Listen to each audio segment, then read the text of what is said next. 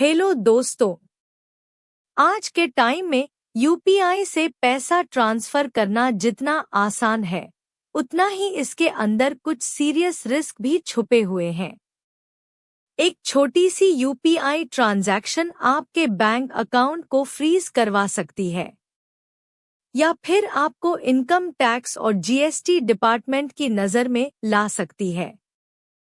Hi guys, मैं हूँ काव्या और आप देख रहे हैं लर्निंग हैज़ नो लिमिट, जहां हम बात करते हैं फाइनेंस, टैक्सेशन और स्मार्ट मनी यूज की।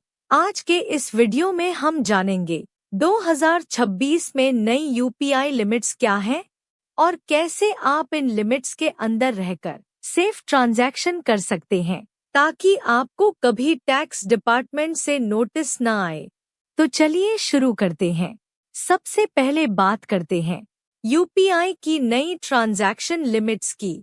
अगर आप investment, insurance, GST, income tax या लोन की ईएमआई की पेमेंट यूपीआई से करना चाहते हैं तो एक सिंगल ट्रांजैक्शन की लिमिट 5 लाख रुपए है, लेकिन 24 घंटे में कुल लिमिट 1 लाख रुपए रहती है।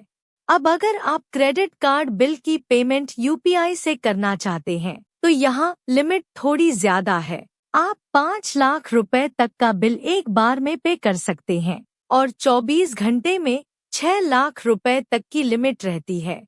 अगर आप बैंक अकाउंट ओपनिंग के लिए यूपीआई से पैसा ट्रांसफर कर रहे हैं तो इसकी लिमिट अब बढ़ाकर 2 लाख रुपए कर दी गई है, लेकिन रेगुलर यूपीआई ट्रांसफर की लिमिट अभी भी सेम है, 24 घंटे में 1 लाख रुपए तक। अब एक बहुत जरूरी रूल, कूलिंग पीरियड। अगर आपने कोई नया मोबाइल नंबर या नई यूपीआई आईडी अभी एक्टिवेट की है तो पहले 24 घंटे में आप सिर्फ 5,000 रुपए तक ही ट्रांसफर कर पाएंगे। अब बात करते हैं यूपीआई के बदले कैश लेने देने की। इनकम टैक्स रूल्स के अनुसार आप 20,000 रुपए से ज्यादा कैश में कोई भी अमाउंट या लोन एक्सेप्ट नहीं कर सकते। अगर आपने यूपीआई से पैसा लिया और बदले में 20,000 रुपए से ज्यादा कैश एक्सेप्ट किया तो आप पर 100% तक की पेनल्टी लग सकती है।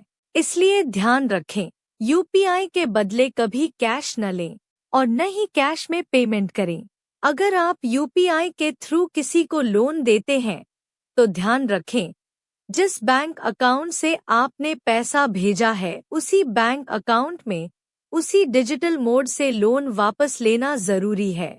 आप कैश में लोन वापस नहीं ले सकते अगर आप यूपीआई के जरिए बिजनेस ट्रांजैक्शन ले रहे हैं और एक फाइनेंशियल ईयर में 40 रुपए लाख से ज्यादा की यूपीआई रिसीव कर चुके हैं तो आपके लिए जीएसटी रजिस्ट्रेशन करवाना, इनवॉइस पर जीएसटी चार्ज करना, जीएसटी सरकार को पे करना और जीएसटी रिटर्न फाइल करना मैंडेटरी हो जाता है। अब बात करते हैं यूपीआई के थ्रू मिलने वाले गिफ्ट्स की। इनकम टैक्स के अनुसार 50,000 रुपए तक का गिफ्ट आप टैक्स फ्री एक्सेप्ट कर सकते हैं, लेकिन अगर किसी एक व्यक्ति से 50,000 रुपए से ज्यादा का गिफ्ट मिलता है तो पूरा अमाउंट टैक्सेबल हो जाता है। छूट कब मिलती है? अगर गिफ्ट फैमिली से मिला हो या शादी के मौके पर मिला हो तब कोई टैक्स नहीं लगता।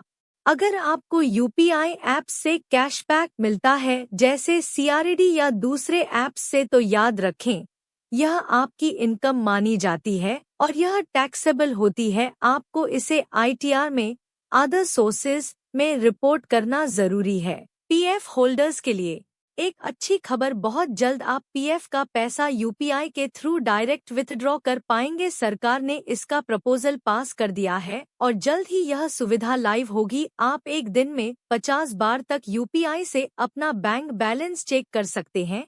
अगर आपका मोबाइल नंबर 12 महीने तक इनएक्टिव रहता है और कोई यूपीआई ट्रांजैक्शन नहीं होती तो आपकी यूपीआई आईडी डीएक्टिवेट हो सकती है। अब लास्ट में कुछ बहुत जरूरी सेफ्टी टिप्स। यूपीआई के लिए अलग बैंक अकाउंट रखें, उस अकाउंट में बहुत ज्यादा बैलेंस न रखें। अपना मेन अकाउंट यूपीआई से लिंक न करें क्योंकि छोटी सी फ्रॉड ट्रांजैक्शन आपका पूरा अकाउंट ब्लॉक करवा सकती है। सभी यूपीआई ट्रांजैक्शन का रिकॉर्ड रखें ताकि आईटीआर और जीएसटी फाइल करते टाइम कोई दिक्कत न आए। बिजनेस यूपीआई पर सभी टैक्स कंप्लायंस जरूर करें। तो दोस्तों, अगर आप इन छोटी छोटी बातों का ध्यान रखेंगे तो आप यूपीआई को सेफली यूज कर पाएंगे बिना इनकम टैक्स और जीएसटी की टेंशन के। अगर आपको यह वीडियो इन्फॉर्मेटिव लगी हो तो please channel learning has no limit को सब्सक्राइब करें और वीडियो को लाइक और शेयर जरूर करें। मैं हूँ काव्या, मिलती हूँ आपको अगले सेशन में। तब तक सीखते रहिए, मुस्कुराते रहिए। Bye bye, take care.